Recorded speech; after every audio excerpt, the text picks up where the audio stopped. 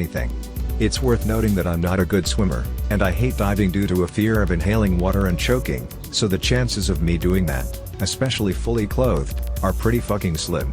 After that, I apparently sat back down, and resumed being awkward. When I started smelling again after drying off, they kindly decided not to bring it up, although Michelle told me later I smelled like I was rotting, and she kept moving further from me because of it. Time goes by, and everyone decides to go to bed. Aside from me saying I'm fine, I've apparently said nothing and they've basically forgotten I'm there. Hank tells me to go home. He wanted to share a tent with me. But I refused, and Andy and another friend, Corey, decided to share a tent with me. So they go in, and apparently had to call me into the tent repeatedly, and once I did go in, I just laid down on the floor, facing the wall, nothing under me. Due to the stink, apparently neither of them could get to sleep very easily, and according to Corey, I'd constantly turn my head really oddly and watch them. This went on until about 5 AM, when I suddenly got up, standing as high as I could in the tent, walked out, and that was it. They didn't see me again until about 36 hours later, when I left my house finally. Although it probably isn't that spooky, I know I didn't go out there. I've tried shrugging it off as a joke or me being delusional, but I'm really pretty damn sure I didn't go out there at all. I was sick, and I'm a big baby when I'm sick. Hank even told me it was weird that I wasn't bitching about having felt bad, and that I wasn't harassing Andy over his germ issues, and I clearly remember doing nothing but sleeping, playing video games, looking at porn on shitty-ass dial-up and watching Sci-Fi Channel. In addition, my room was 3 stories up and if I'd left it, I would have woken up my parents, who wake really damned easily, had they been asleep when I supposedly headed out there, and they weren't. I remember my mom coming into my room to watch TV with me at around that time. But, on the other hand, I doubt my friends were smart enough to have an elaborate lie like that, and that they'd care enough to tell it, and they seemed very sincere. That, and Hank's mom later confirmed that I had, in fact, stopped by and asked where they were, and that she'd noted I smelled awful and seemed off, but assumed it was because I was sick and hadn't bathed. His mom and mine, who had been friends, had a major falling out arguing over whether or not I'd showed up there, and none of my friends ever believed me. I never thought much of it, figured it was a mean joke or something, until recently. This is probably tied to an earlier event, that had happened over the summer. Over the summer, we found in the woods an area that had been converted into a paintball fort. Lots of elaborate tunnels/trenches and a few sheds and buildings. It was all really cool, but apparently abandoned. Some of it was flooded, for example, and we spent a good few afternoons playing out there, even though it was always sort of unnerving. You felt watched, you know? A good example is, I remember Michelle joking that some big burly guys could pop out from the tunnels, kill us, and kidnap her. She did it sort of nervously, like you do when you're trying to make yourself feel better by joking about your fears. One afternoon we headed out there on our bikes and were goofing around, pretending to be soldiers or something. We did this for hours, Andy, Michelle, Hank, Corey, and a few other people. It got dark out, and I found myself alone in one of the trenches when I started to hear splashing from one of the submerged tunnels. I figured someone had fallen in or been pushed in, and didn't think much of it. A few minutes later, Corey jumped into the trench with me. Now, if someone else was an outsider, it was him. He was fat, annoying, and weird. So what happened next wasn't that out of character for him, although it still made me uncomfortable. He came up beside me, and just sat there and watched while smiling way too much.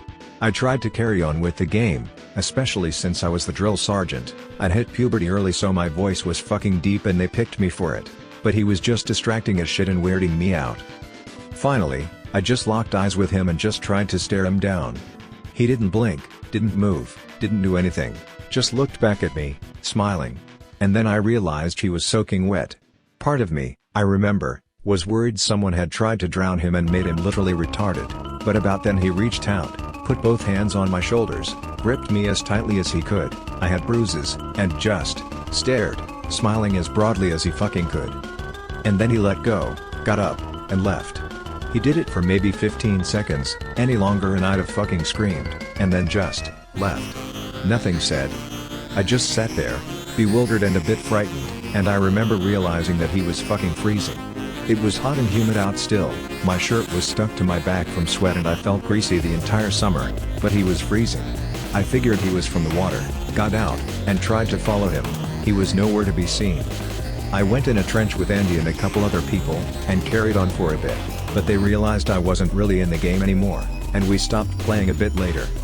I didn't realize it then, but I realize it now. Corey was dry when we got on our bikes and left. I think I either didn't think about it, or thought he just drive fast in the heat, and never mentioned any of it to anyone, as he was a bit weird in general. We didn't play out there again, though. My last story happened a bit after the second, close to Halloween. We'd all gotten cheap Halloween masks at Walmart, and decided one night to play tag outside while wearing them. We did that for a few hours. It was actually more like a tag/hide-and-go-seek combo, and it took a while to finish playing. I remember clearly though that there were 6 of us out there, everyone mentioned, plus Michelle's friend, and that at multiple times I saw a 7th person wearing a mask we didn't have. I figured it was someone switching masks until later, when I realized no one had a mask like that. I then sort of decided not to mention it, 1, because I figured it was this weird girl who lived down the street, who actually would have been too short, and 2, because I didn't want to spook anyone.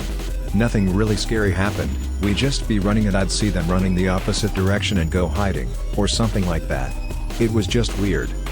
Actually, stuff where we'd come up with one extra happened occasionally, but no one ever really thought anything more than we miscounted. Fuck, this is kinda freaking me out. My brother told me a story that's eerily similar to this. One day he was sick, lying in bed all day. Next day he sees his friends. They start talking about how weird he acted the day before. My brother asked him WTF they were talking about. Apparently some guy that looks just like my brother, and knew personal information about him, went to all of his hangout spots, talked to all of his friends and apparently brutally insulted a few of them, which is completely unlike my bro. The dude never has a bad word to say about anyone. That's all I know. I know it's not 100% like your story, but the gist of it is the same, and that's what has me freaked out.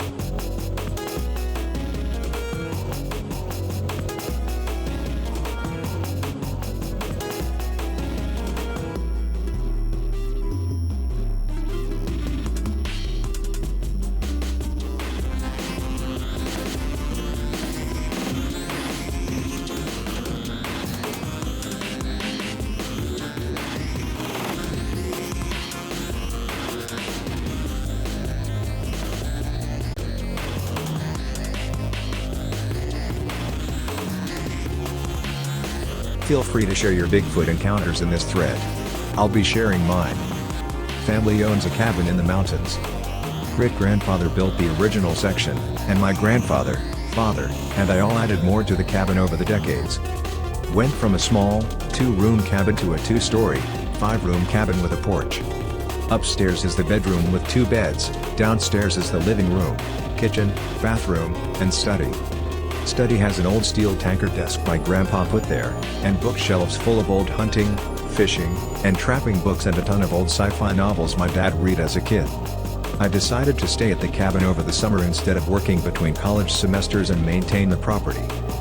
Neighbors in the area had complained of vandalism, theft, etc., and my dad was worried about someone breaking into the cabin, so I'd live in the cabin for the summer and take care of the property. Pack up the old Ford Bronco with food and other necessities, take a rifle and revolver, and my dog. Dog was an Australian Shepherd named Roscoe, good dog. Take the 5-hour drive to the cabin. Ah, nature. Yeah, I'll be alone for the whole summer and my only human contact will be when I go into town for gas/food, but I'm cool with that. Spend the rest of the day unloading stuff into the cabin, getting the generator started and the lights turned on, and just generally getting settled in. Nothing unusual happens the first night in the cabin. Spend the next day mowing the grass around the cabin, hacking down weeds and little trees growing along the trails, cleaning out deer blinds, getting rid of wasp nests on the eaves of the cabin, etc.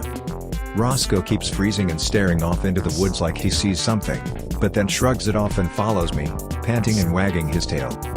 Spend the rest of the day cleaning solar panels and checking batteries so I don't need to run the generator for anything except running the AC or TV. Television is an old console-style TV from the 60s, the antenna doesn't pick up anything but static now since everything is digital, but it has my old NES from when I was a kid hooked up to it, very nostalgic. No reason to turn it on, basically, so once I've got the solar cells and batteries running there's no need for the generator anymore. Cook some Wolf brand chili, no beans, because chili doesn't have beans, you heretics, on the gas stove in the kitchen and admire the view out the kitchen window. The motion-triggered lights pick up a raccoon hanging around behind the cabin and I watch it while I cook. Eat dinner in the living room while reading a book on African big game, Death in the Tall Grass, I think. Lights start dimming, something's wrong with the inverter and the solar cells aren't charging the batteries fully. Call it an early night and head to bed to save the batteries. Spend next day trying to figure out why the batteries aren't charging, but I'm clueless. Roscoe keeps looking off into the woods and whining. Give up on fixing the battery charger, I'll just run solar by day and generator at night. Head off into woods to check the fence line of the property. Have my grandpa's old S&W model 10.38 revolver from when he was a cop in the 60s on my hip in case of snakes or whatever. Roscoe is acting increasingly nervous, refuses to leave my sight, keeps staring into the woods and whining. Unusual behavior, but whatever. Fence is damaged in a couple places, I make a note of where I need to do repairs. I've got all summer, so I'm in no hurry to get it done. Roscoe suddenly starts barking and snarling like something's there and I turn to look. I don't see anything, but I draw my revolver and call out who's there? Roscoe charges off into the woods, still barking, and something big goes crashing through the brush, pursued by Roscoe. I call my dog and chase after him, worried he's going to get into a fight with a bear or something. Suddenly hear Roscoe yelp and he runs back to join me, tail tucked between his legs. There's a loud roar, like nothing I've ever heard before, and more crashing in the brush ahead. I still haven't seen whatever the dog was chasing, and I don't want to see it. Run back to the cabin with Roscoe right behind me. Load rifle. It's a Gibbs carbine, basically a sporterized Enfield rifle in .308 with a nickel finish. I only brought it along in case a bear tried to break into the cabin or something, not because I intended to shoot anything. Round in the chamber, magazine fully loaded. Stay in the cabin the rest of the day, don't see or hear anything unusual. Eventually relax, cook dinner, feed Roscoe, read some more of my book, and head to bed. Revolver under my pillow and rifle leaning against the wall next to the bed, of course. Head out the next day to finish checking the fence line, take rifle with me this time.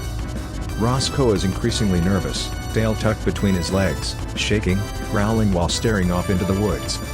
He's making me nervous too, I don't see or hear anything odd, birds are singing, squirrels are doing their thing, everything seems normal except the dog. Start checking the area near the creek and that's when things get bizarre.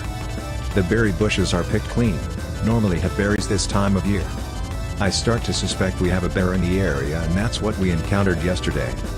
There's weird footprints in the mud around the creek, too big and shaped wrong to be a deer or pig, but there's so many prints that the mud is churned up and I can't get a clear look at any of them. Suddenly, something sails through the air and lands on the trail a few feet from me. It's a pine cone. What the fuck? Another one flies out of the woods and lands on the trail. Somebody is throwing pine cones at me. I shout, who's there?